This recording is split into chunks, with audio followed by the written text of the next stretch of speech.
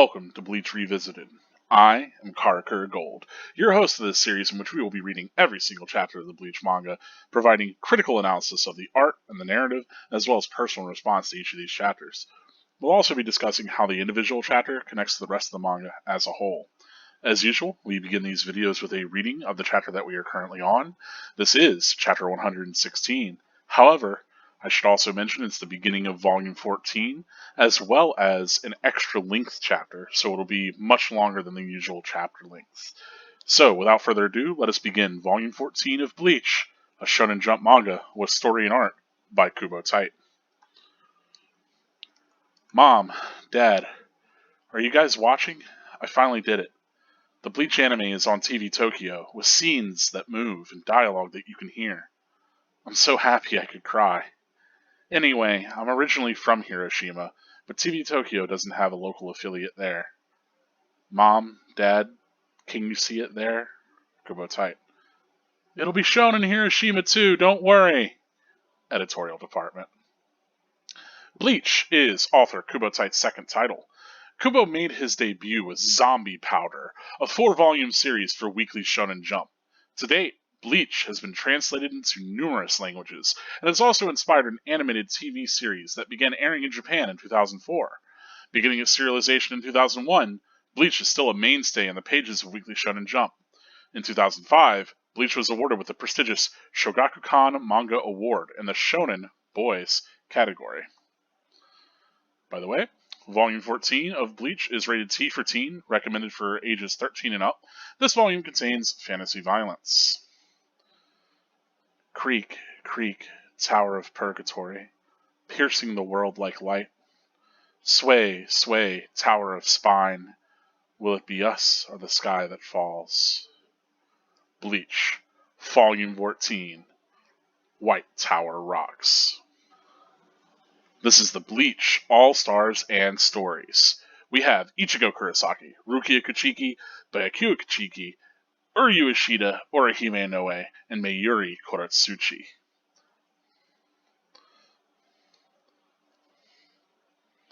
The plot so far. Soul Reaper Rukia Kuchiki has been taken back to Soul Society and condemned to death for giving Ichigo her powers. Ichigo and his friends infiltrate the Seirei, the stronghold of the Soul Reapers, in a desperate bid to save her. Now, following the epic battle with Captain Kenpachi Zaraki, Ichigo lies gravely wounded just a few steps from Rukia's cell.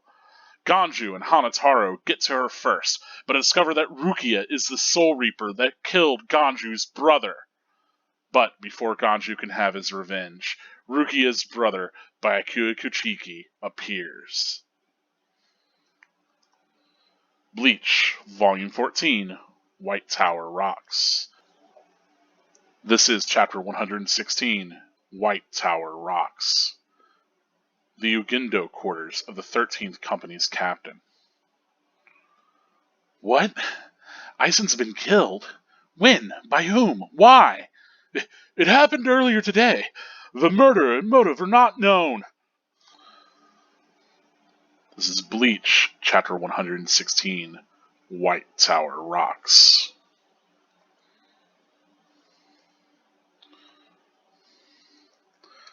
Blast. What happened while I was asleep? I'll get to the bottom of this. Captain Jushiro Ukitake, 13th Company.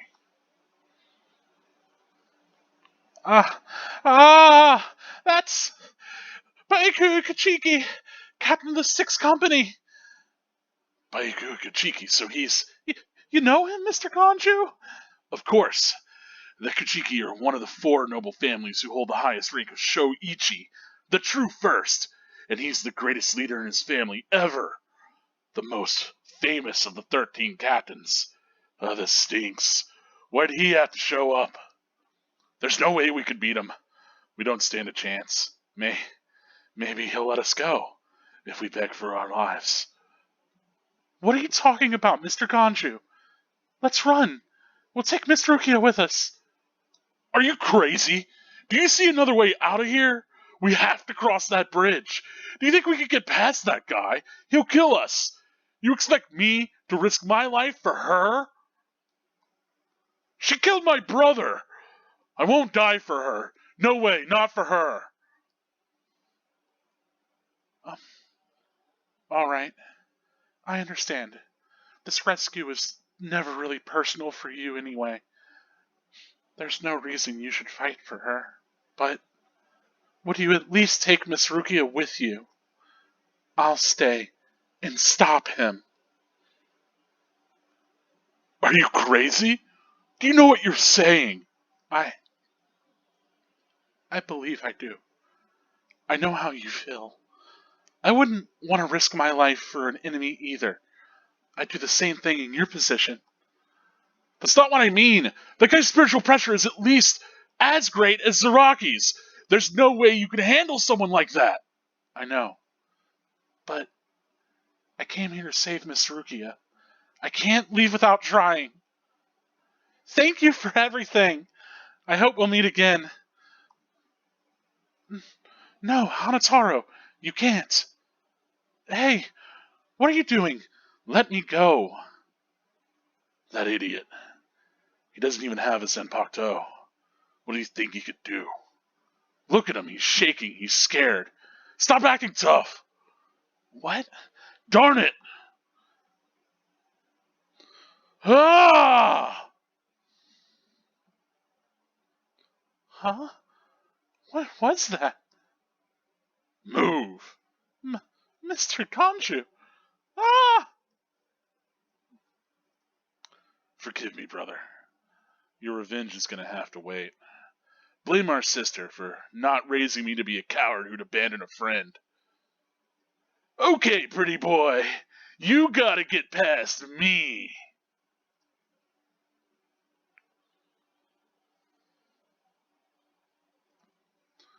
Where am I? I'm not dead? Finally awake, eh? Mr. Yorichi, I'm glad you're alright. Well, I'm in better shape than you are. So, you saved me. Thanks. Think your own will to live. I'm surprised you didn't die instantly from your injuries. Injuries? Oh yeah, I got cut up pretty bad. Oh no! Ugh! You fool! You're in no condition to move. You're seriously hurt. Just what is it? Chad's in danger. I gotta go help him. Calm down. Chad is alright. So are Orihime and Uryu. What? They fought the right people. They're hurt, but they're still alive. Orihime and Uryu escaped practically unharmed. Be good and stay in that force field for a while. You'd be no use to them right now anyway. Half your organs were crushed. If this hadn't been in your pocket, you'd have been cut in half. I'm surprised you still have it. What? That was in my pocket? What? You didn't know you had it? Well, I heard that thing saved me when I fought Renji yesterday, so I wanted to keep it for good luck, but Hanataro insisted that I throw it away. Let's throw it away. It's ugly and scary. Huh? I chucked it in the underground waterway. Oh, Hanataro's this kid from Fourth Company. He's one of the enemy, but he's a good guy. He was the one who healed me. How'd this end up back with me? I'm sure I threw it away.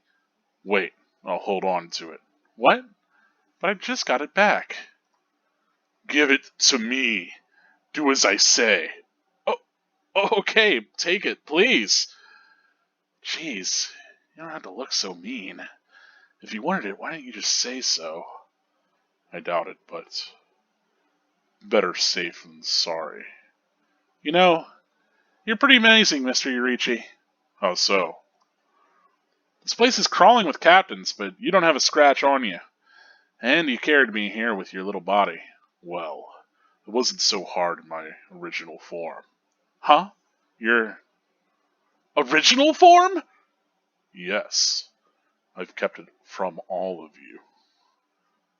Well, there's no point in hiding it now. I'll show you my true form.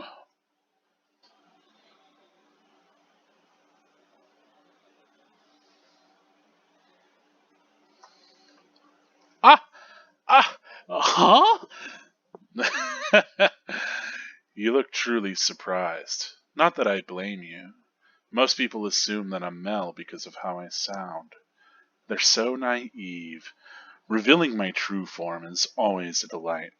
Everyone reacts like a fool. Makes me laugh. So, I'll show you how I carried you. I used this tool. Put some clothes on! Oh, sorry. I haven't worn clothes in a while. You're a bigger prude than I expected. Have you never seen a naked girl before, eh? Just get dressed. Eh? Well, are you sure this may be your last chance to see one? That's none of your business! Just put some clothes on! Where's your sense of humor? People must think you're a terrible bore. No, and even if they did, what do you care? Whoa, why aren't you wearing any pants? You're supposed to get dressed from the bottom up. Hurry up and put some pants on, for Pete's sake. So this is how I carried you here. By the way, is your stomach wound better? You must have made it worse from all that screaming. Be careful. What a jerk. So you're telling me that if you fill this tool with spiritual powers, you can use it to fly? Correct. It's a rare and valuable artifact even in the Soul Society. You should be grateful. And somehow you got your paws on it. You change form. You heal wounds. You have unusual gizmos. Miss Yorichi, who exactly are you? Well,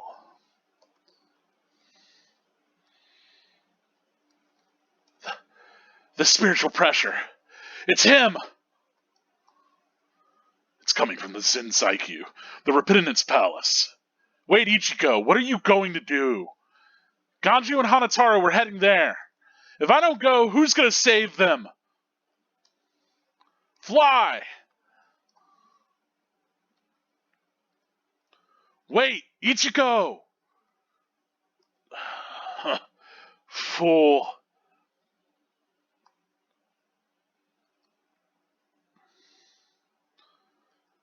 I sensed a slight spiritual presence moving toward the Shishin Row, the Repentance Cell.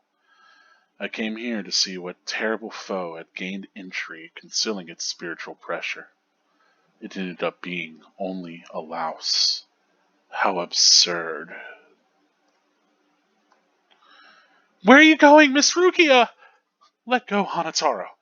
If I don't stop him, he'll be killed. Miss Rukia! I've lost too much spirit energy from being kept in that cell made of Seki Seki, lethal presence rock. My body won't move the way I want it to. It's all right, Miss Rukia. You saw how self-assured Mr. Ganju was. He must have some brilliant plan up his sleeve. That's what I believe, at least. Just the sight of him gives me the shakes. This guy's got some fierce spiritual pressure. With someone this strong, using tricks would be a waste of time. I'll just have to take my chances. He didn't have a plan? Just kidding. Take this. Chi Namida. Tears of blood.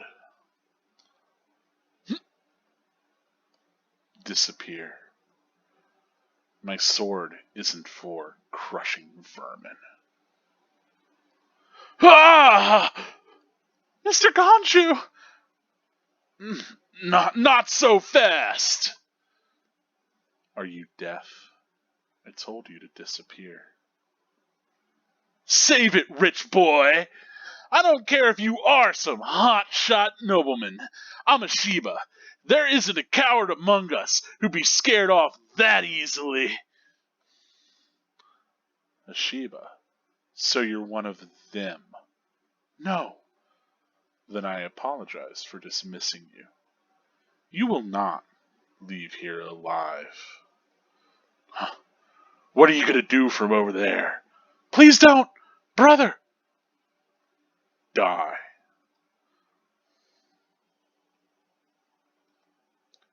Sinbon Zakura. 1,000 cherry blossoms.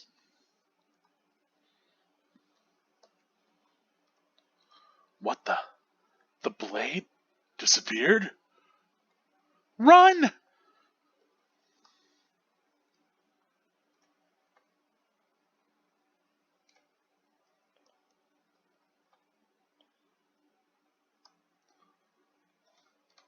Mr. Kanju. Oh, please stop. Brother! Brother! Phew! It's dangerous around here. Haven't you done enough already, Captain Kuchiki? Captain Ukitake! Hey, Kuchiki! You've lost weight. How have you been? What are you doing, Ukitake? Hey. I should be asking you that. You know there's a ban against drawing a Zenpakuto here, even if it is to drive off Ryoka. What were you thinking? A Ryoka is a soul that enters the Soul Society illegally.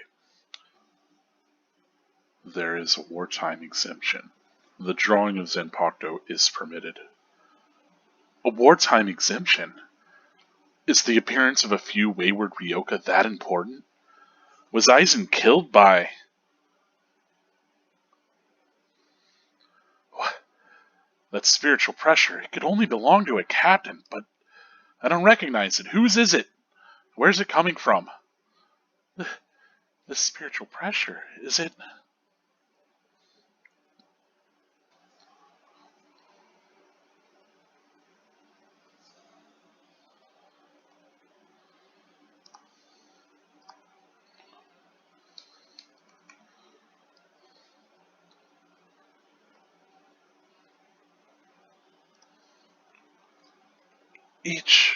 Ichigo. You okay, Hamataro? Sorry, buddy. I shouldn't have sent you guys ahead. Where's Ganju? I see. Rukia, I've come to rescue you.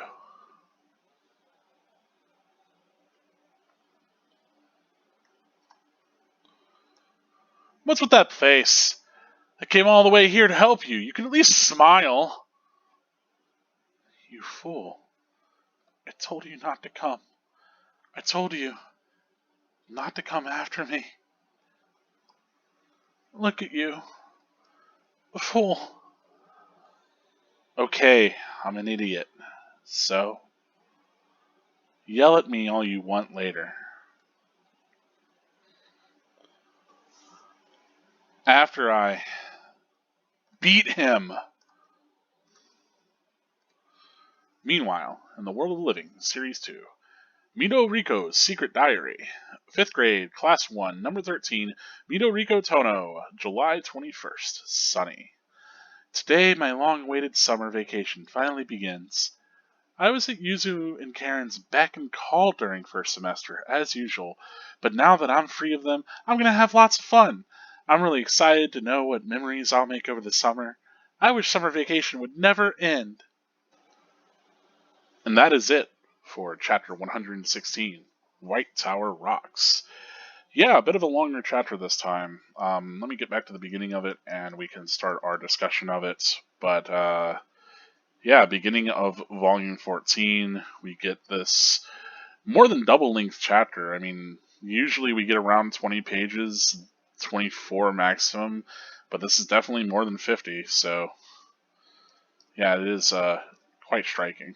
But let us get back to the volume cover. We've got Hanataro kind of tripping forward with his medicine. I actually forgot about this volume cover, and I don't know. Maybe it was somewhere in the back of my head, but I guess let's say we're starting to talk about the. Let's start proper here. We're going to talk about this chapter. We're going to talk about the art, the narrative, a little bit of what's going on. Some of my personal feelings about the chapter, where I am on all of that, as well as the beginning of this volume. So, right away, talking about the volume cover, I like that we get Hanataro here. I wonder what this... Okay. I didn't know what to make of like the little pill bottle that's like right at his chest. I thought that was like a badge or something, like a laminate sort of little badge. But no, it's another pill bottle. So yeah, it looks like he's got like a little tray that he's dropping everything out of as he trips. Which again, Hanataro's been having a pretty rough time. He's he's been really pushed into it, but I think his character's really coming to his own. I really feel like maybe this is a reflection, like him being on the cover of this volume. There are a lot of other characters that I would expect to kind of end up on the cover of volume before Hanataro, but this really speaks towards like his breakout in popularity, and the character maybe surprising even Kubo. I'm not sure, um, but certainly might come as striking or surprising because a lot of the characters that you expect people to be excited about are characters that are immediately very visually striking or appealing, which Hanataro is simple for the sake of being simple. I mean, that's his whole deal, is that he's meant to be this kind of like ambling everyman, kind of pathetic character. But more than that, um, like he doesn't have any powerful abilities or anything. And so I really like that though, is that like he is the average person that is inspired to stand up against like these powers that would absolutely crush him, and we get to see that in this chapter, and I think it's a really great moment. And honestly, like what he does in this chapter alone, I think earns him the cover of the volume. But yeah, I don't know. Like, not who you would expect to have a volume cover, especially after the last couple of them, right? Where it's like, okay, well, well, obviously we have Kakaku and we have Ganju, but then like we're getting, Kenpachi, we're getting Renji, it's like, okay, well, yeah, we can expect these kind of really big kind of characters to show up, and then yeah, Hanataro, it's maybe striking. Notable here is that I do like this little drawing of like Ichigo kind of in these cells, like a I guess sort of like a film strip in the top left. I think that's a cute little drawing. But this idea that he's wondering if Kubo's wondering if his mom and dad are going to be able to watch the anime.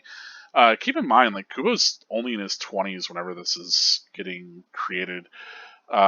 Pretty sure. I think that he was born in the mid '80s, I believe. Let me affirm that real quick. But nevertheless, I do think that it's cute that he's like worried that his parents might not get to see it, and the editorial staff is like, yeah, no, don't worry. Like it'll get shown out there. I think that's like a cute little interaction. Oh no, he's actually born in '77. So let's see. At this time, this is 2004. Um, yeah, he would still be in his 20s because at that time he would be about 27. Wild to think about, Like, I mean, a lot of manga artists are fairly young. A lot of people start writing their manga like in high school or right whenever they're getting out of high school. Um, and so a lot of the like kind of famous artists are doing their best work while they're in their 20s and 30s. Just thinking about man having an anime on TV, wild. Anyway, yeah, I think it's cool stuff. But the other neat thing, the kind of personal thing for me, is this actually gives me a good marker for again whenever I started reading Bleach and following along with Bleach was whenever the anime aired. That's whenever I got into it because I think that the first volume, or at least like preview chapters in English, were here before the anime aired in America. And then I was like, oh man, that's really cool. And then I found out really soon that the first episode of the anime was airing. And that was one of the first anime that I actually like looked up and found on the internet on my own. This is before, we had streaming services for everything now. But like back in the day, you couldn't like streaming stuff like anime, like that wasn't a thing. So you just had to find people that did like fan subs and things. You had to find like, you had to find it all on your own, basically. There, especially a lot of stuff didn't have official releases at all, and Bleach certainly didn't have one for a while. So, yeah, it was kind of wild. I got into the series about this time, and I remember watching the first season of the anime and being unable to discuss the series online, like a lot of circles, because a lot of people were talking about the manga. So I distinctly have memories of people like around the time that like the Soul Society arc is starting in the anime. I remember people discussing like all of the Aizen stuff like way before the character was even introduced, and like all the conspiracy things. And I remember thinking like, man, I really want to be in on this. And that's whenever I started reading the translated manga, just on like whatever fan translations I could find. So yeah, kind of notable. But yeah, like this says, it started its anime in Japan in 2004. So that's around whenever I started watching it. And at that time, oof, I would have been around 13. So yeah, uh, probably the perfect age, honestly, the target demographic for this. But still, yeah, it's been a while. It has been a while. Um, yeah, let's get to the character poem here. This is for Hanataro. You can see his medicine bag there. That's the character depicted, and so we can assume that this is probably coming from him. Um, I like the creak and creak and sway. That kind of imagery is cool, or like that evocative sort of language, I suppose. The tower, like almost instantly, especially thinking Tower of Purgatory. This the kind of tower that Rukia is in is immediately evoked, right? Um, but like there's this idea of like there's this creaking tower that pierces the world like light, and then the tower spine, if that's meant to be the same tower, you know, this creaking, swaying thing. The idea that will it be the sky that falls or us? And ultimately, I feel like this is kind of not just evoking the idea of like purgatory and this tower and all of that, um, but moreover, I feel like it's really meant to like this final kind of thing of like the swaying, creaking edifice, right? This tower that's created, that's ultimately like not allowing people to move on. That's got them trapped in a way. Uh, that all of that is this sort of thing that's eventually going to crumble. And that idea of crumbling, that idea of like falling, that idea of everything falling apart, it gets brought to us in this final sentence where it's like, well, is it us that's going to fall or the sky? And again, I think the sky is meant to be reflective of like this edifice of this constructed sort of tower of purgatory. Um, and really, like ultimately, the way that I read this poem is like, okay, well, there is this kind of structure that is at risk, um, and like as they stand against it, either they'll be broken or like the very like reality itself, like the sky is going to fall, but at least the tower, right? So it kind of gets to the conflict that we have here, where it's like, okay, well, is it going to be these people that are standing against the Soul Society, or is it going to be the entire heavens themselves that are going to crumble and shake? And you have to wonder if, like, again, that's an impossible task to ask, or is it something that actually can happen? And here we certainly see Hanataro like willing to essentially die to see it hit through. So it's interesting. It is neat. Both the volume, I like Ichigo's look here, by the way. um, but both the volume and this chapter are called White Tower Rocks, and I don't think it's extolling how cool the tower is, but the idea that the tower is being shooken, that it rocks under the colossal sort of wake of these characters that are clashing about. Um, so yeah, again, kind of comes back to that poem, comes back to the ideas that we had there, and certainly this chapter reflects that.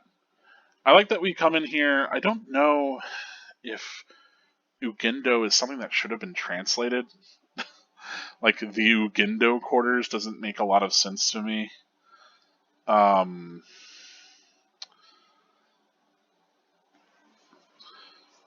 yeah, I don't know. I don't know if I have like an easy and quick translation for that. If anybody does know, like if this is meant to kind of be evocative of a specific thing, or be a translation that maybe was a weird thing when they just left in the Japanese, I don't know. Or if it's just a name, it could just be the name of the quarters. Regardless, Ugendo quarters is like doesn't tell us very much. It's just where the 13th Company's captain Ukitake has been resting, right? And we get this wonderful 2-page spread. I will zoom it out. I really love this spread. This is one of my kind of favorite ones. I like just Ichigo Russian with Zangetsu there, and then they have a number of different captains. I do question, of course, the captains that they have there. Like, Ichimaru Gin and Byakuya Kachiki certainly makes sense. But then, like, Hitsugaya hasn't really interacted with any of our main characters. Neither is Tosin. Neither is Mayuri. So it's like, yeah, we have, like Shunsui, and that's like the left side is like all people that we've interacted with. The right is we have yet to interact with. I guess it could just be like a cross section of 6 captains that Kubo wanted to include here. I think they all look cool. I think it's a really cool thing. It's just I maybe wish there was a little bit more rhyme and reason to the captains that were depicted behind Ichigo. Nevertheless, I do love this. Like any of the covers that really depict like a lot of the different characters. Those are always some of my favorite ones. And you have to give it up to Mayuri here for looking particularly ridiculous and creepy in the top right there. Yeah, I'm always a fan. So it's good Ichigo. It's good art. I do believe that this is originally color art, and I will try to make a. If I can either get the art and put it in the end of this video at some point, I might. But otherwise, I'll make an extra at some point that includes the color pages, or you can just look it up for yourself. One of those, yeah. But yeah, we come out here and we finally get our first view, really, in earnest, of Jushiro Ukitake of the 13th Company, and he's an interesting character. It's somebody that we've only had alluded to before.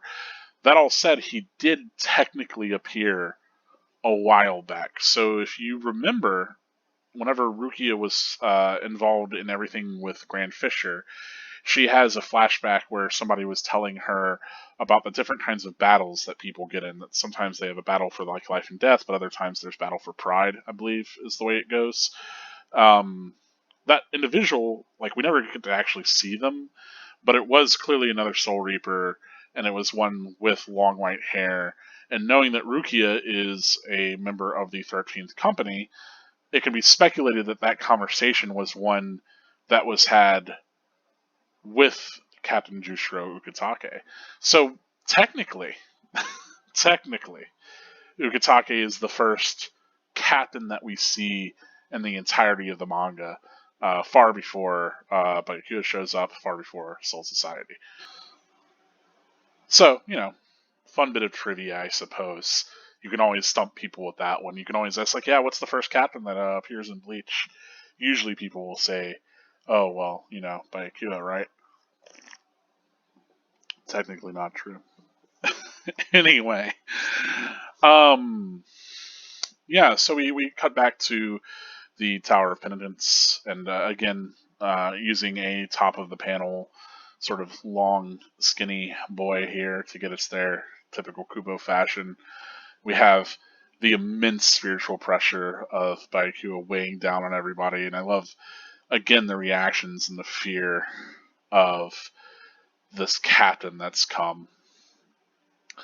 And I like that, like, Gondry's like, of course I know him, and it is a little bit of, like, expository world building, it's like, of course, somebody has to spell it out, but I mean, we've been kind of shown this already, right? The idea is that there are the 4 noble families that hold the highest rank of Shoichi, the true first. So they're these true, like, original families. So while there might be other families, one of the 4 noble families we have is the Kuchiki, right?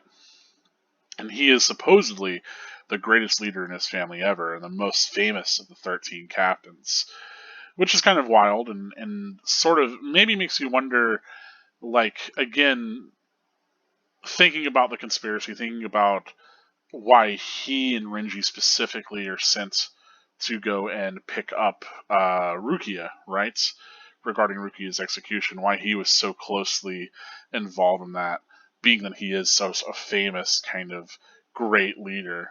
we have a lot of questions about this character. He's very enigmatic, and why he does the things that he does, why he bears such seeming contempt for Rukia. There's all of that is involved, right? So finally we get this like big moment. And I like, of course, Ganju's true colors really show in this volume. At first he's wondering like, well, maybe we just beg for our lives, because he's just this force that they can't possibly take on, right? And also we get that Ganju, whatever put into the face of Rukia, like he's not going to really risk his life for her, uh, not until he gets some answers, and he really has to see a little bit more conviction from everybody else. And I love, like whenever it gets mentioned that Rukia killed Kyan, like you could see the expression she has. You could see that like clearly this isn't something that she's happy about. That like the weight of that guilt like is really hard on her. And then Hanataro straight up just does what is probably a character defining moment, certainly, but one of the coolest kind of moments so far is that Hanataro, despite not even having his own Zanpakuto, not having any real way to face down by Akira, he's the one that's going to stay and kind of sacrifices himself. Like the Ganju's like, what, like you're saying that you're gonna like literally sacrifice your life, and he's like, yep. Because he's like, look, I came here to save her. And like we know from earlier, the previous chapter, right, where he was talking about how this is the kind of final story. He's trying to do what he can. He was able to get the key, but even Hanataro doesn't really feel like that's enough. Like, and I like that it also gets expressed here that, yeah, this guy's spiritual pressure is at least as great as Saraki's, right? That he is at least as powerful as the most powerful kind of foe that we've seen so far. Yeah, I like Hanataro giving this big bow, being aligned, and then going out into the like this kind of great beyond. Even it's interesting, like the way that all gets shown. I also love that Ganju gets depicted in this way too, where he's facing away, facing towards Hanataro. Even like the way that the panel here works, where he's like looking at him in panel. I think that's really cool. And like him realizing how terrified Hanataro is, and he's like, "Look, and I don't know that this reads particularly well. It doesn't like it makes sense whenever you understand what's going on, but you kind of have to piece it together. As you see him like walk up to the wall, taking a deep breath, yell, and then there's this huge bong as he essentially hits his head against the wall and bloodies himself. And I assume it's to still his kind of like to get his head in the game, to steal his composure, I suppose. Nevertheless, or maybe it was just to get Hanataro to be like, "What's going on?" And I love that he immediately crumbles under Ganju. He's like, "What?" And then gets thrown off to the side, just kind of punted. Of course, Byakuya is probably like, "Okay, let's do this." Like, if it's gonna be one of you or the other, it doesn't really matter.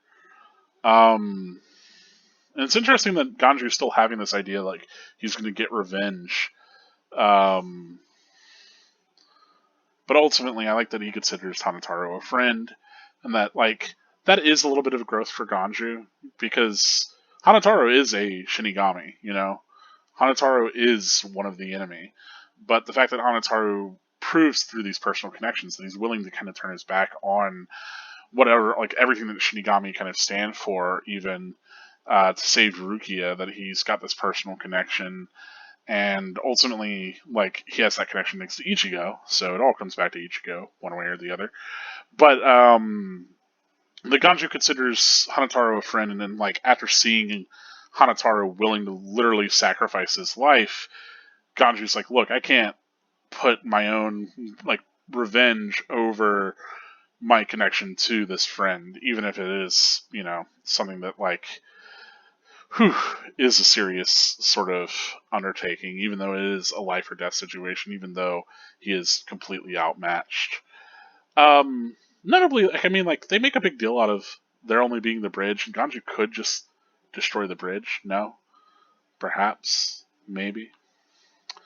I like that we do zoom out. We get this shot of the Sokyoku, and we look down the side of it, and there's a cave here.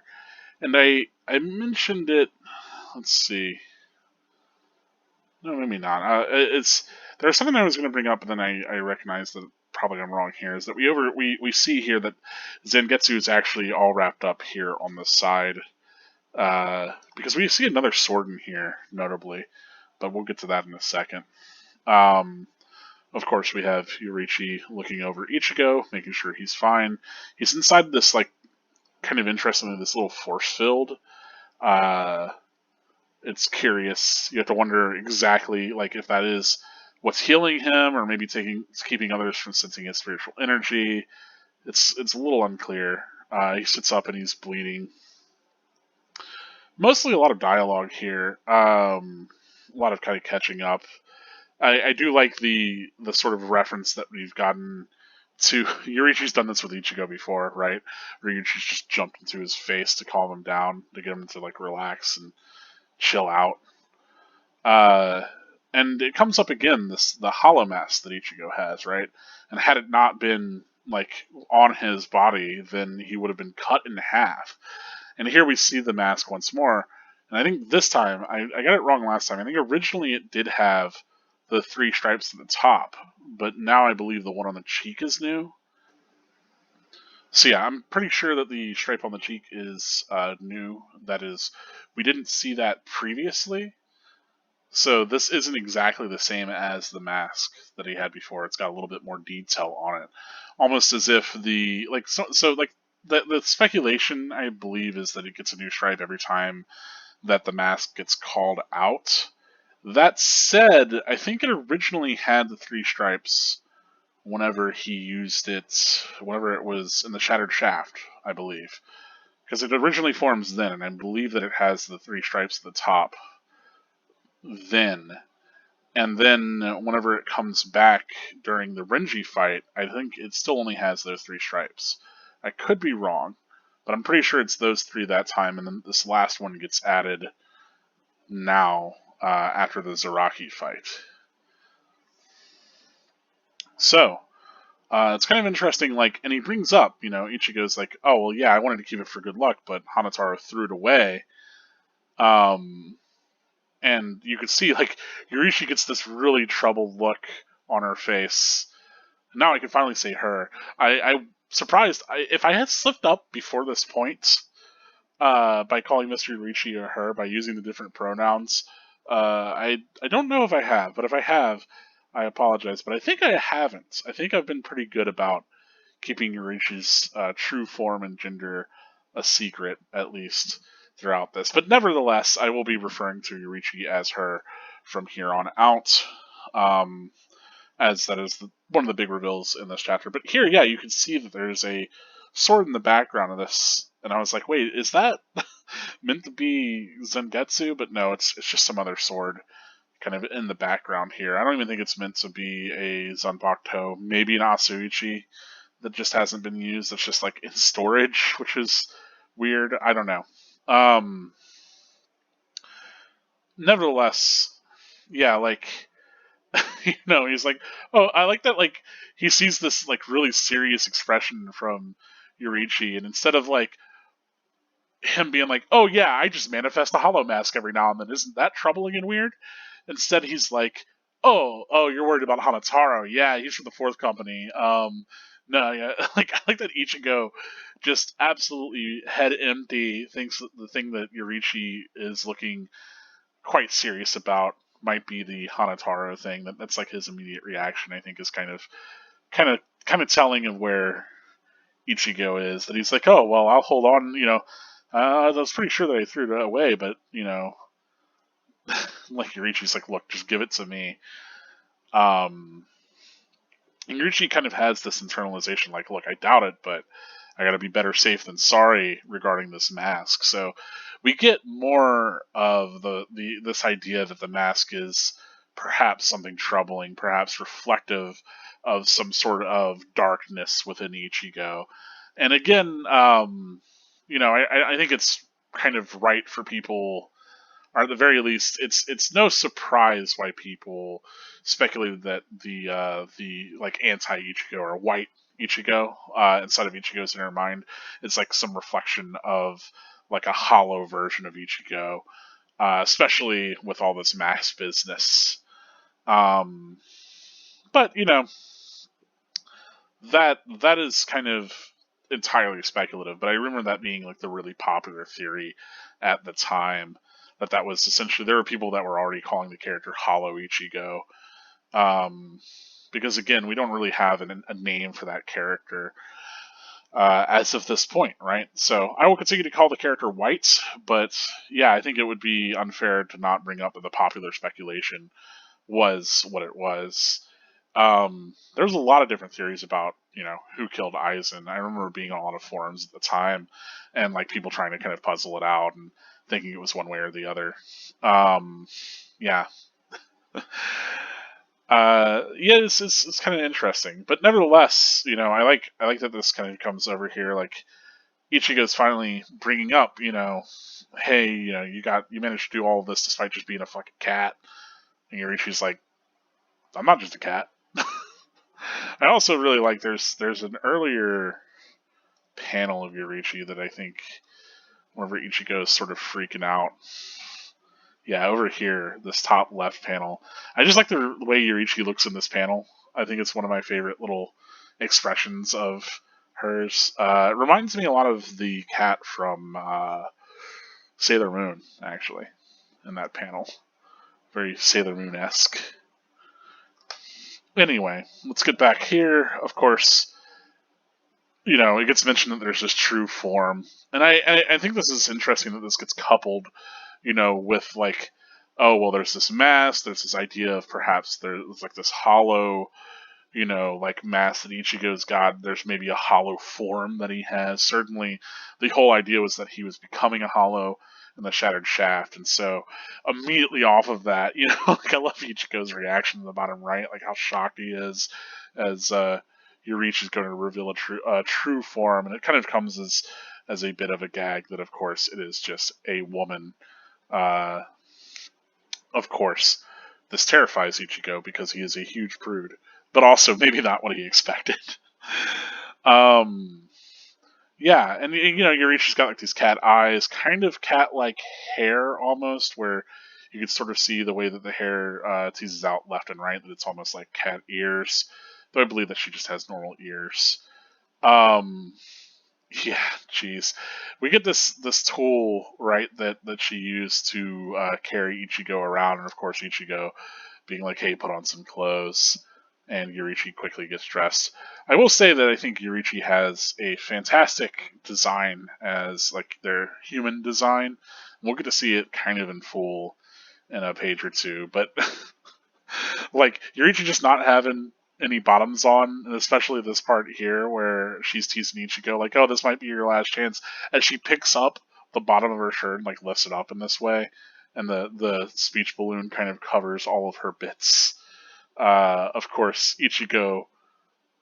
I mean, like him splurting blood out of his lower body in this panel. Um, mm, he's just as good. She gets his blood running. That's all. That's all you need to say. Nevertheless, there it's of course this is a boys comic, so a little bit of titillation, but also I like that like it's not at the expense of Yorichi. That like Yorichi is very much in charge of her sexuality in this moment. That like she's kind of yes, she's teasing Ichigo about being like a real prude about her nudity and all of that. Um, but ultimately, like she's just kind of like, oh well, like where's your sense of humor and all of that. So like, there's like this whole deal where it's like, yes, she is naked woman, but at the same time, like she's in control of the situation. She's very much choosing to appear the way that she does. And then whenever Ichigo's like, hey, get dressed, she does. Like she's not pushing like a situation that is not consensual on him either. So I don't know, like as much as you could maybe like write it off as like, oh wow, naked lady. This is just to get young male audiences all excited and aroused or whatever. I think there's maybe more to it to that. I wouldn't really write it off as just being like a sexist depiction of the character. Rather, I think it lets us see the character in a different light, certainly, but they still maintain their identity and their kind of like, I don't know, integrity within the scene, right? It doesn't come at the cost of that. Whereas I feel like a lot of the kind of problematic sexual scenes in a lot of manga tend to be ones that are not just male focused or focused on the male gaze so much as they are like ones in which male sexuality is given like preference over like any sort of female autonomy. So you'll see that like a lot where like a character will grope another character on accident, and then the female character doesn't really get a say or like any agency in the entirety of the thing. Like it really doesn't matter what she thinks or feels, nor is she the one that's like actually having any agency within that like sort of sexual situation. Whereas here that's really not the case with Yurichi. Like Yurichi, again, like I said, is in control. It doesn't undermine the character's agency nor their integrity as a character. Um, if anything, it just like deepens the way that we understand Yurichi. So it also shows Ichigo as being a little bit immature, and I think that's important, right? That we get to see Ichigo is still a teenage guy, right? That there's certain things that he doesn't have a level of maturity about, and like casual nudity is one of them. So it's kind of a cute interaction, and one of the ones that I usually don't remember all that well, like, but I do like this initial reveal, and ultimately I do like this design that we get in a second, but yeah, so we kind of see Yurichi's design a little bit better here. Um, that she has these sort of spats that go all the way down to the foot, this sort of cat suit underneath this wrapped sort of top. It's cool, and I like the hair pulled back into a ponytail. Certainly, I think Yurichi has a pretty notable design. It's pretty different from all of the female characters that we've seen so far. And despite like that initial sort of like, oh, look at this naked character, like her actual design is fairly conservative as far as like showing off like a lot of her body or anything like that. She's like in a turtleneck kind of outfit, for Christ's sake. So it's interesting that like she immediately gets into like this like kind of all black get up again, kind of reminiscent of her as a cat. I like that she has this kind of athletic and lithe body, which again, reminiscent of her cat form, and that she kind of just enjoys being cat form. As far as like what that means, because clearly like she's an old friend of Urahara's. They're both from Soul Society. It certainly seems to be the case that they're friends at least for that amount of time. With Yurichi being like a master of all of this different magic, you can assume that Urahara knew Yurichi at least from back whenever he was a captain, if not longer still. Um, and there are people like Kukaku definitely interacts with Yurichi as a cat, like with no problem. So Yurichi's been doing this cat thing for a while. It was always sort of my headcanon that like as a cat, Yurichi sort of was able to help Urahara with his whole shop because he clearly gets supplies from the like from Soul Society, right? So I always wonder, like, well, how is he able to stock his shop if he's not even able to go through the Senkaimon? And, you kind of have that answered here, where it's like Yurichi, like, you're able to avoid all these captains, you're able to get around without anybody noticing you, without a scratch, all of this, like, what's the deal? It's like, well, yeah, Yurichi's incredibly, like, capable, right? Another thing that gets brought up here is that Byakuya brings up the idea of concealing one's spiritual pressure. And I think Yurichi taking on that cat form is part of what she's doing to hide her identity, right? That she's able to not just conceal who she is, but also maybe even conceal her Ryatsu so other people can't tell like that this really powerful character is just running around.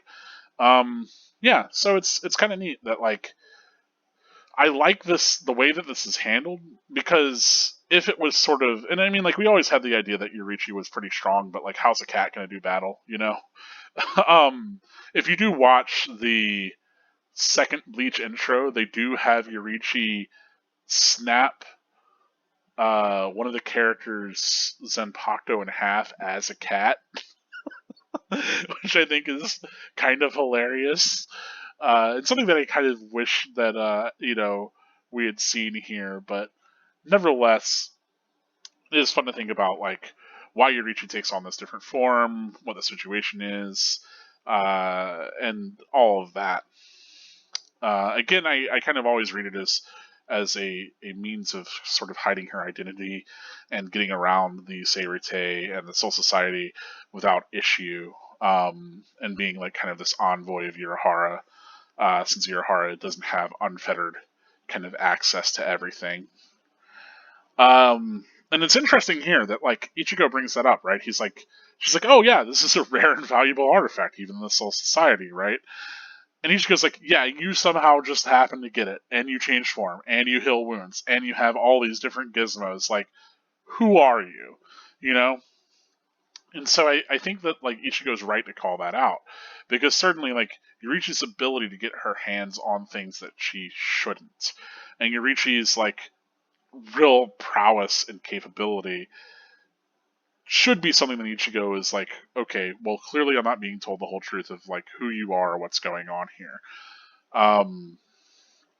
And of course, like right whenever that gets asked, she's about to answer before they feel Byakuya's spiritual power pressure and they decide that they're going to go after him, or at the very least, Ichigo decides that, right?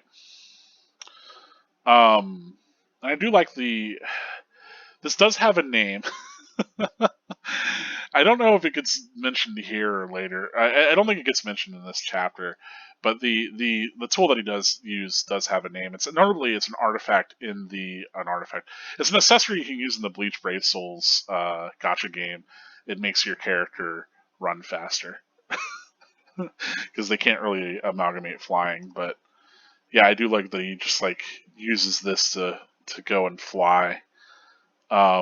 And I like that ultimately, like Yorichi, despite being transformed, still comes back to calling Ichigo a fool. Which, man, Women's Soul Society really like that's a comeback. You know, both Yorichi and Rukia both call Ichigo a fool within this chapter, which is a common kind of critique that they have. But Yorichi's been always calling Ichigo a fool, and so I think that maybe that's like an interesting kind of connection that you could feel like maybe that's a nod towards Yorichi being more of Soul Society because Yorichi constantly calls him a fool, just like Rukia does. I don't know. Nevertheless, Byakuya here kind of absolutely insulting Ganju. Interestingly enough, Rukia recognizes the Shiba family, like the tumbling current sigil, whereas Byakuya does not bring it up, right? And then whenever he mentions like you're a Shiba, like that becomes significant in that moment.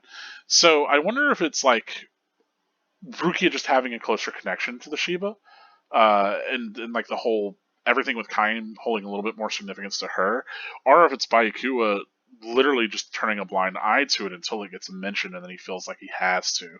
It's unclear because it's certainly something that he could recognize, right?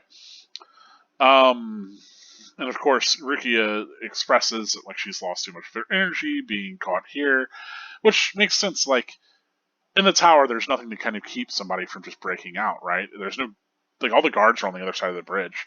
And so the idea is that the Seki in that tower sucks your spiritual energy, sort of similar to the sort of eye patch that Kenpachi had, but imagine being like an entire building that is keeping you from having anything. Like, you can't even move the way you want to. She can't even like run without stumbling.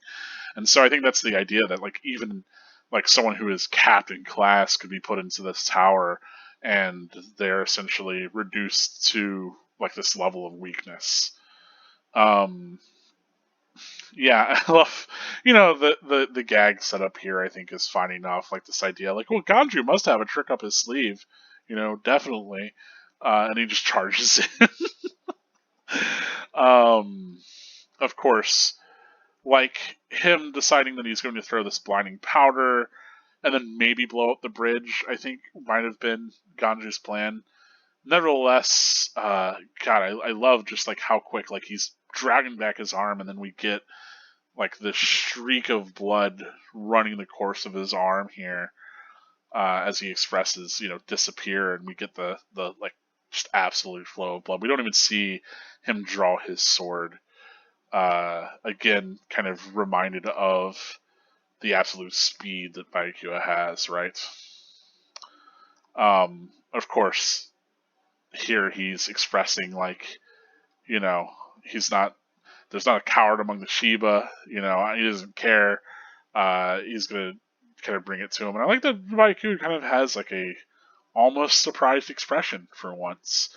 Of course, I do love Ganju here, kind of dripping, bleeding, and I like that this panel of Ganju, the panel that follows with Byakuya in front of the Senzaiku Tower, that it is kind of made smaller to perhaps heighten the huge kind of moment here from Ganju, right? And we expect him to bring back, like something to kind of stand here against Byakuya. And I love that, like, he says, "You're one of them," uh, almost as if he holds something against the Shiba, right? And yet again, we get another captain's Shikai that's capable of hurting somebody from far away, right?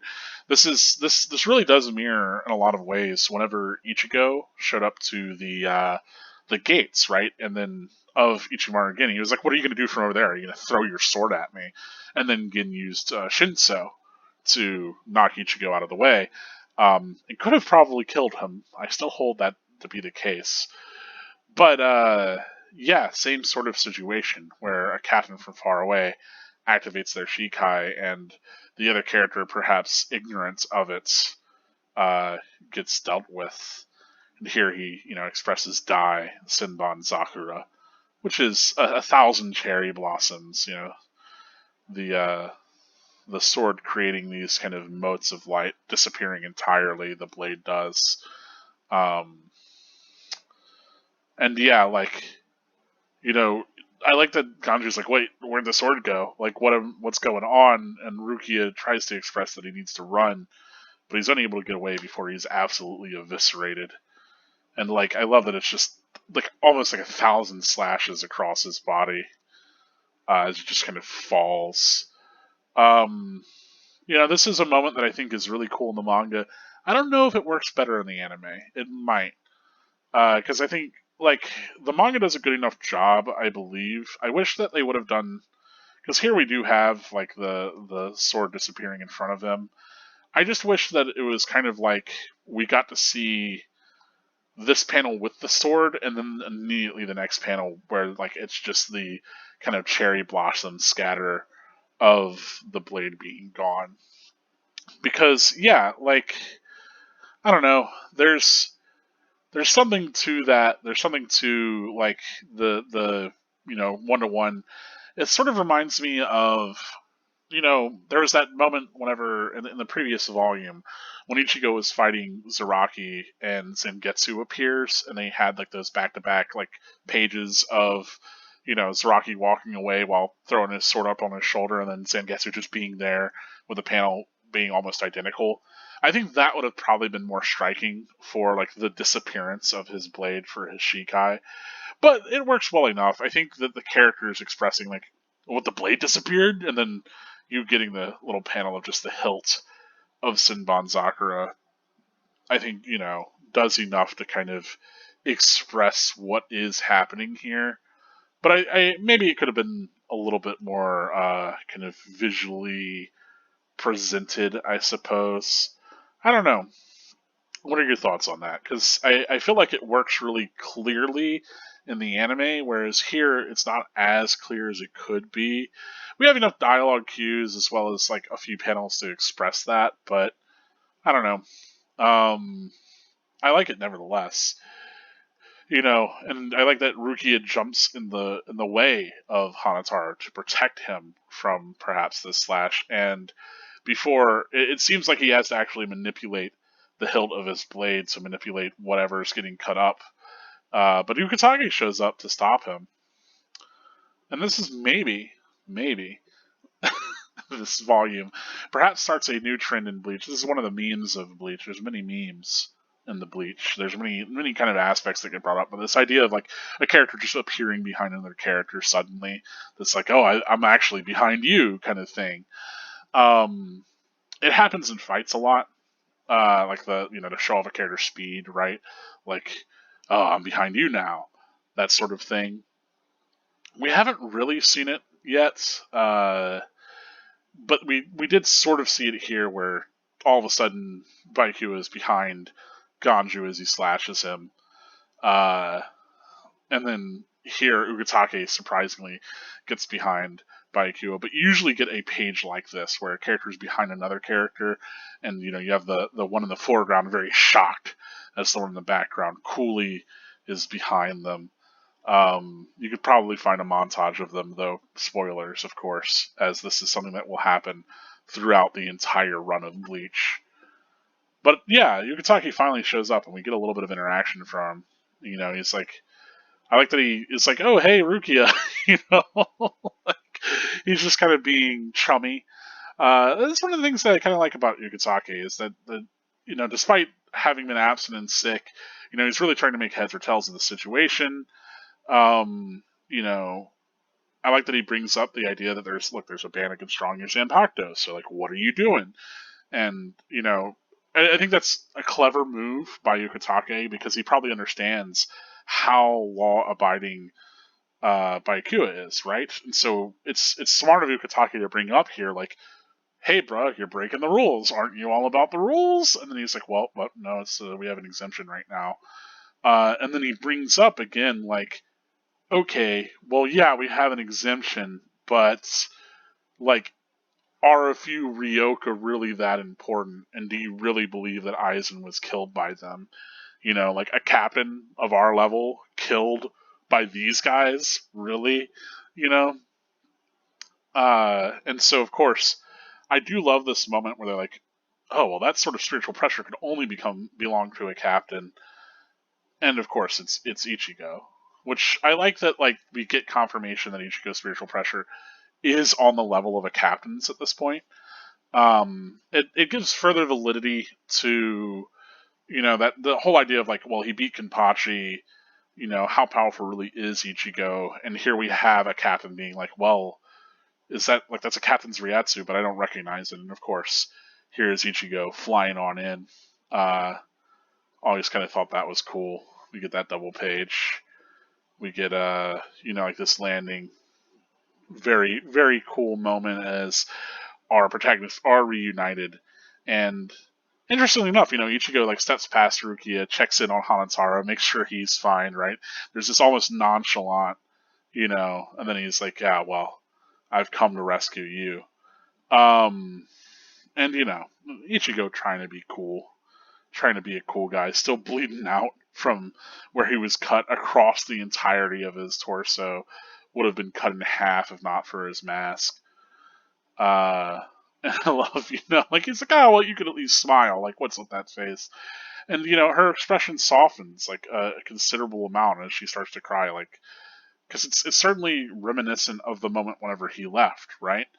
That Baiku is there, that she's going to be held kind of accountable, and that, like, she's calling him a fool, of course. And he's like, look, you can yell at me later. Ganju being just a pile of blood on the floor is always striking to me, that he is essentially just a corpse. But yeah, he expresses that he's going to beat Byakuya here and now.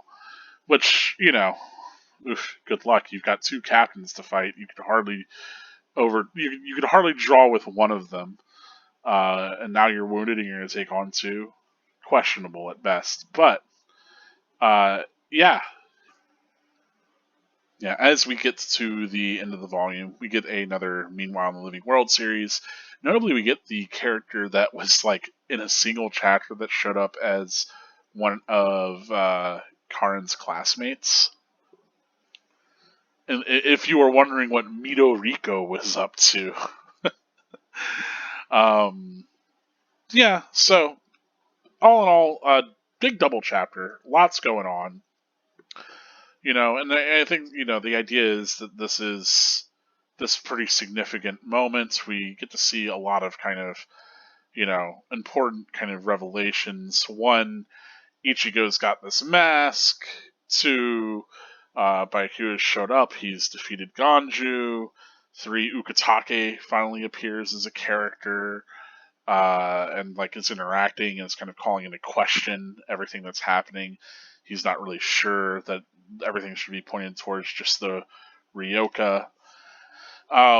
We've got Hanataro willing to kind of sacrifice himself for the sake of saving Rukia. We have Ichigo arriving on the scene. Finally, Ichigo being able to show up and see Rukia after all these chapters, right? It's been what chapter 116, so it's been roughly like half of the manga so far where Ichigo and Rukia have been split apart from each other. So pacing wise, I think that's kind of interesting that we spend, about 60 chapters together. We are separated, and then we spend about 60 more before there's finally this moment of being reunited. It's pretty cool.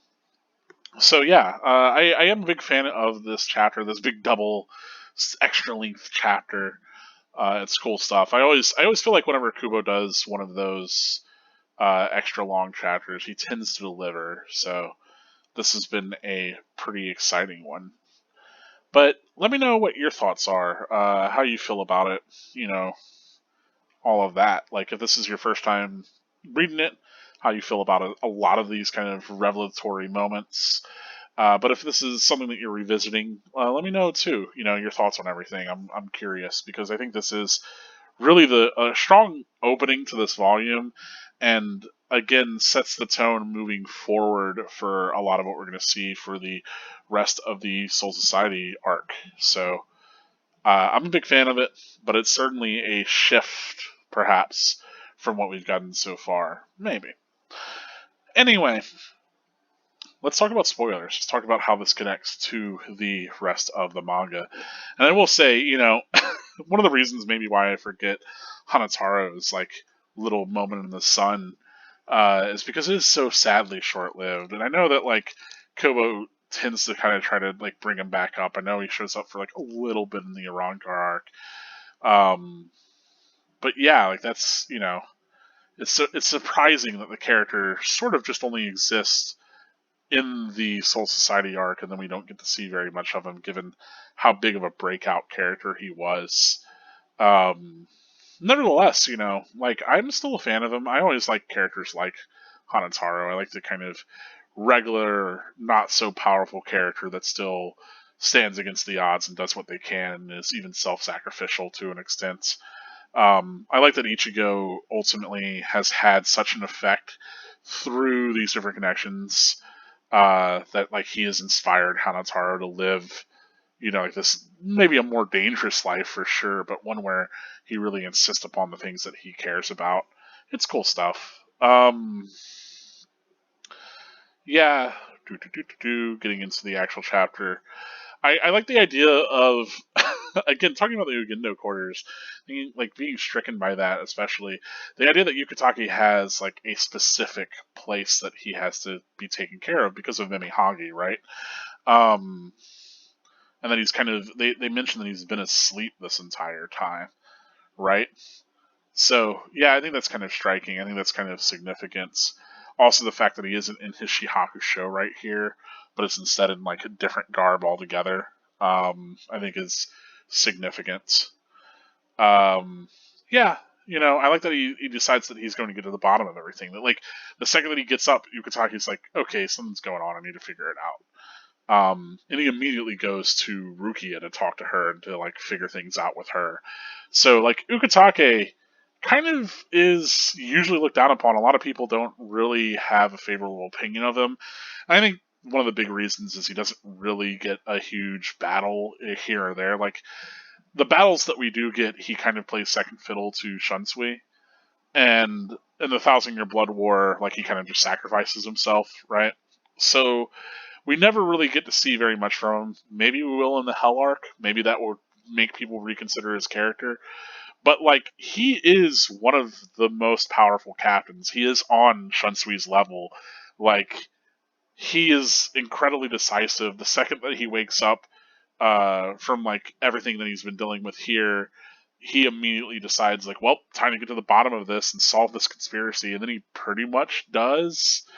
Um, yeah, it's interesting, striking to say the least. Uh, of course, we get to the idea of like the four noble families who hold the rank of Shoichi.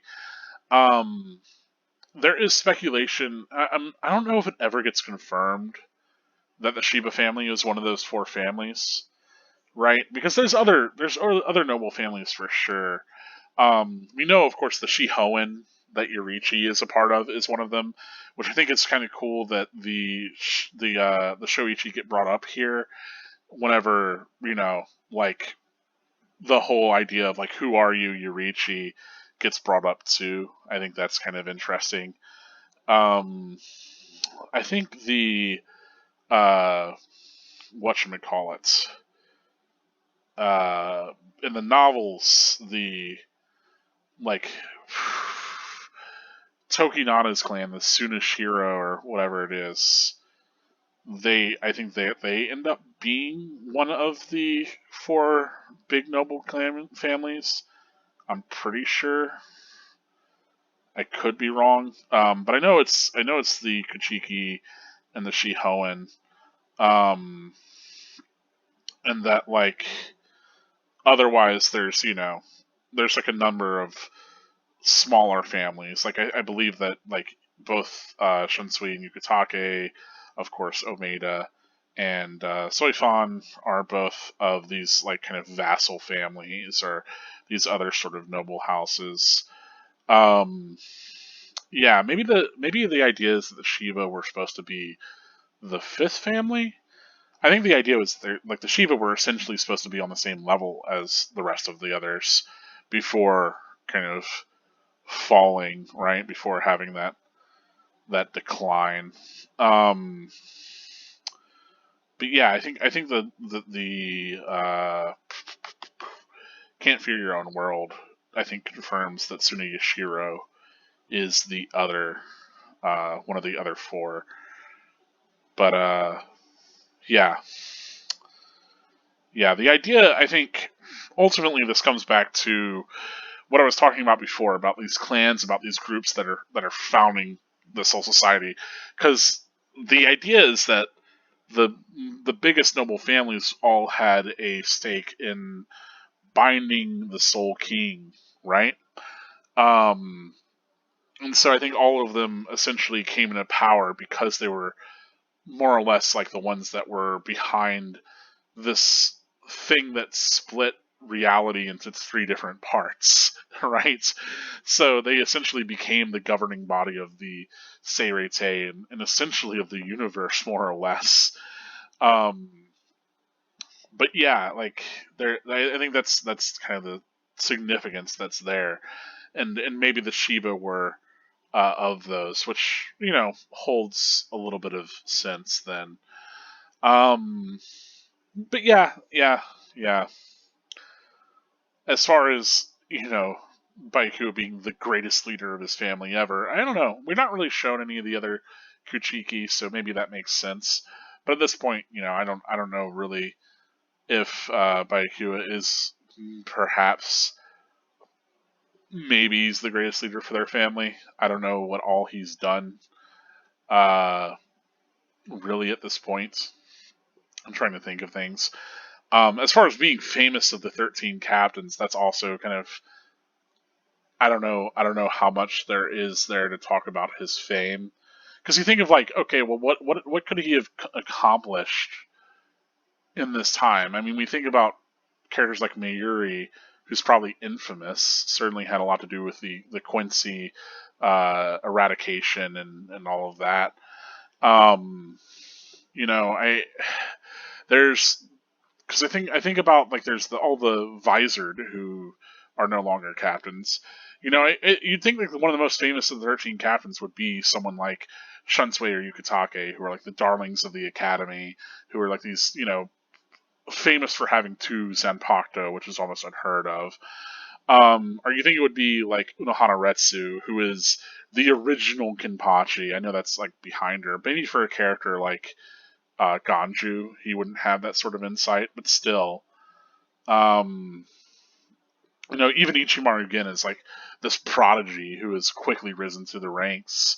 So yeah, it's weird that like the most famous of the 13 captains, Bayakua, really, like what does he have as an accomplishment? You have to wonder.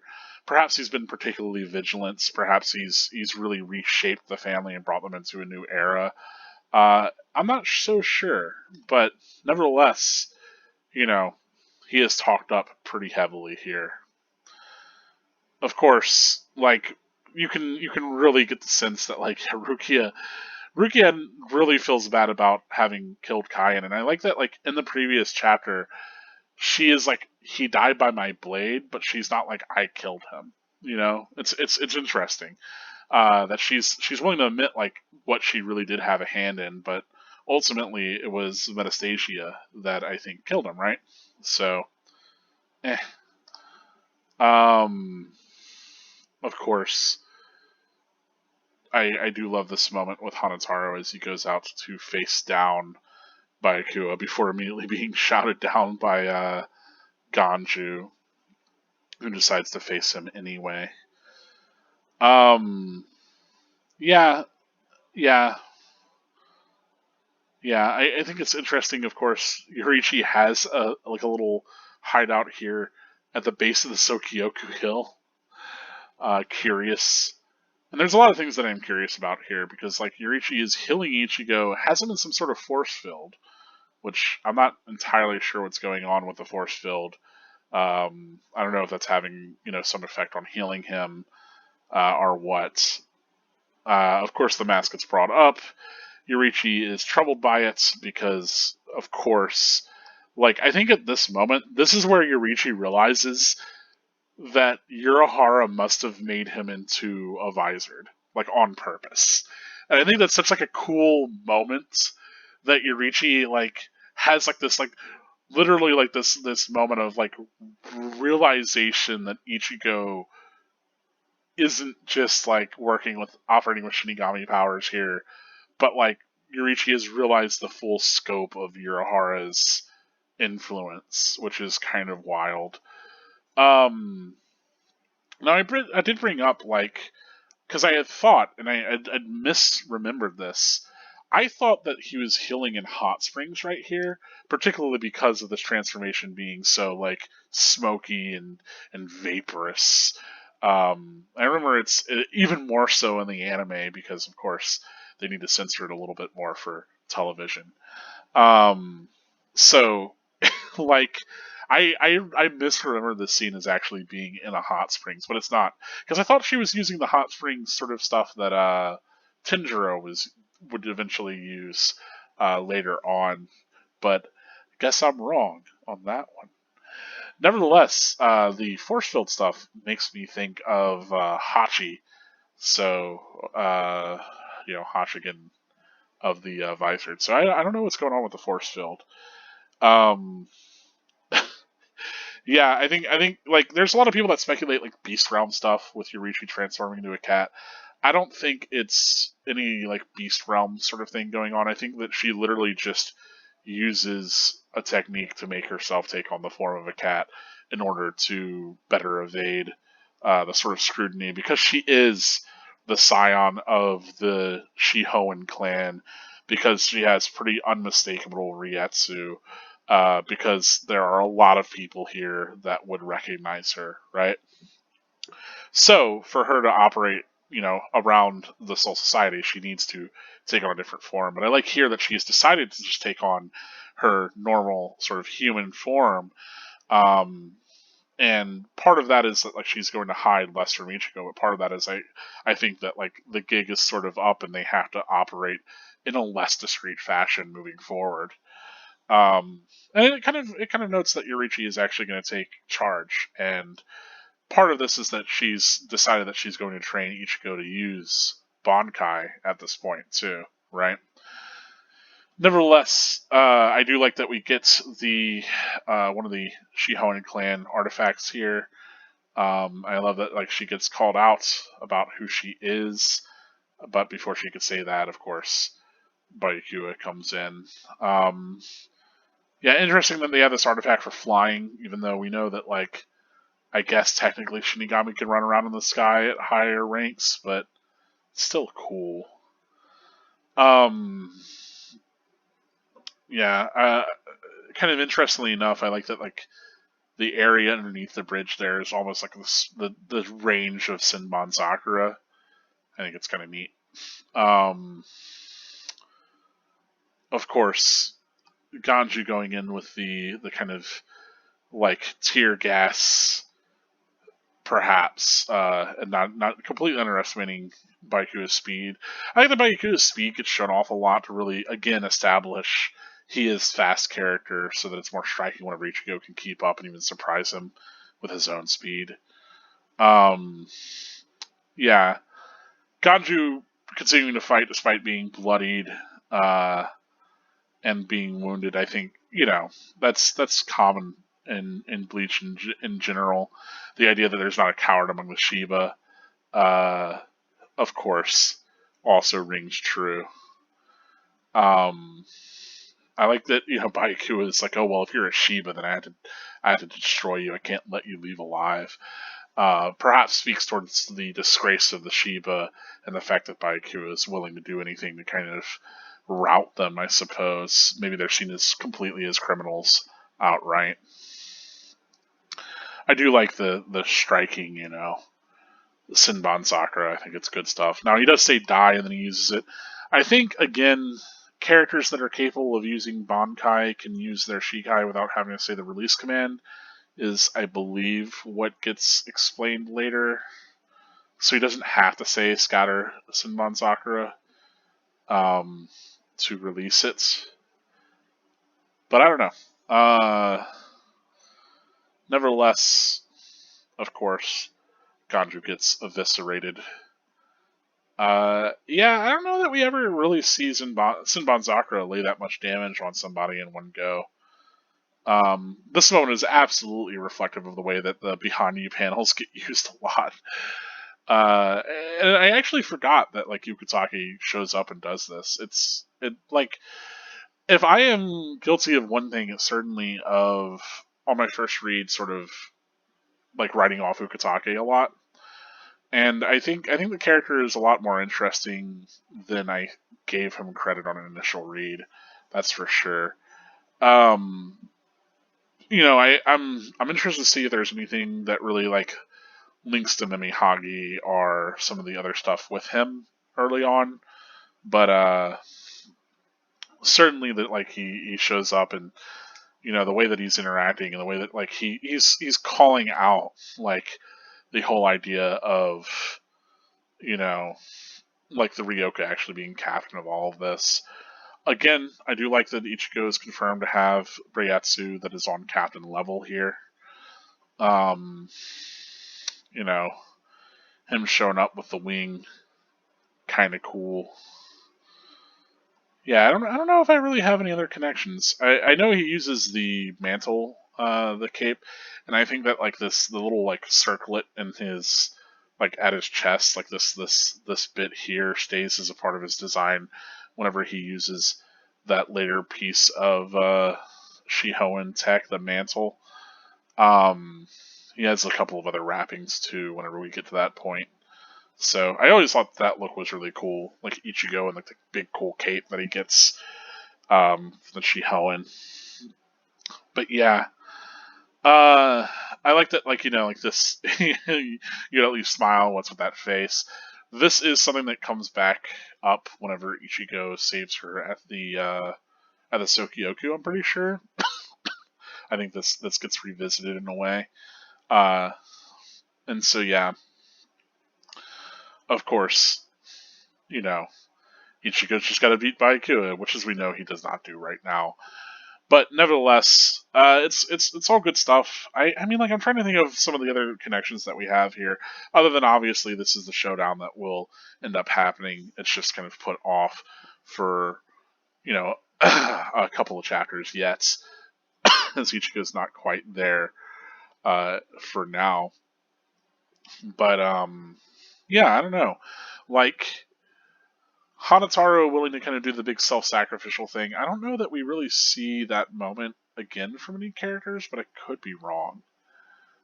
Oh, let me know what you think. If there's any other things that I'm missing here, there's any other spoilers, anything like that's happening, please let me know. But this is going to be a pretty long video already, I know, because it is essentially a double chapter. So I think I'm going to cut it here, folks. But I really do appreciate you watching. If you watched the entire video, please do give it a like. Hopefully you liked some of the insights that I have there. If you don't, please let me know. Just, yeah, let me know what your thoughts are on this chapter, essentially. I am curious what your takeaways are. If you see any bigger connections, if you have any thoughts regarding Yugatake especially, I am curious. But otherwise, subscribe to the channel if you haven't already. And if you want to support another way, you can always support through Patreon. Right now on screen are all of my current patrons. Thank you so much for your support. I really do appreciate it. Otherwise, as always, I am Carker Gold, reminding you that spirits are forever with you. Stay gold.